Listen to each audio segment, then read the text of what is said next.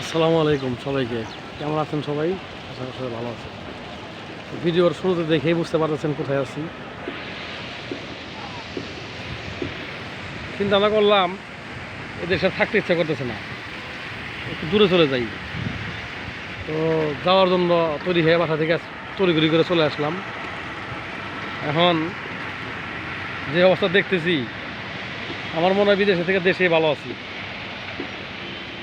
অনেক ভালো আছি। আল্লাহ তাআলা অনেক ভালো রাখছে। কারণ প্রবাস জীবনটা একটু ব্যতিক্রম, যেখানে সবার সুখ হয় না, সবার সুখ হয় না। তারপরেও মানুষ থেমে নেই। দেখেন কী পরিমাণে মানুষ বিদেশে পাড়ি জমানোর জন্য চেষ্টা করতেছে, যাওয়ার জন্য। ঠিক আছে, কী পরিমাণে মানুষ।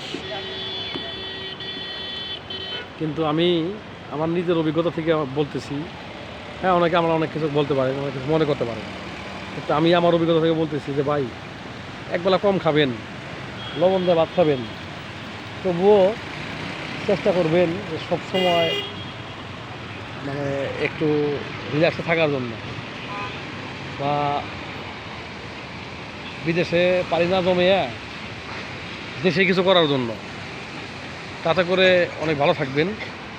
কারণ কি, এই লক্ষ লক্ষ টাকা বিদেশের মাটিতে রাস্তায় ফেলায় রাখে নাই, ওখানে গিয়ে পরিশ্রম করা লাগে, বরঞ্চ পরিশ্রম বেশি করা লাগে।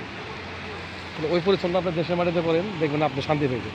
হয়তো ওরকম টাকা পাবেন না, কিন্তু শান্তিতে থাকতে পারবেন। কারণ সারাদিন পর কাজ করে বাড়িতে আসবেন, আইসা যখন আপনি পরিবার নিয়ে একখানে বসে খাইবেন, সময় দিবেন পরিবারকে, যেটা কথা বলবেন, সারাদিনে ক্লান্তি দূর হয়ে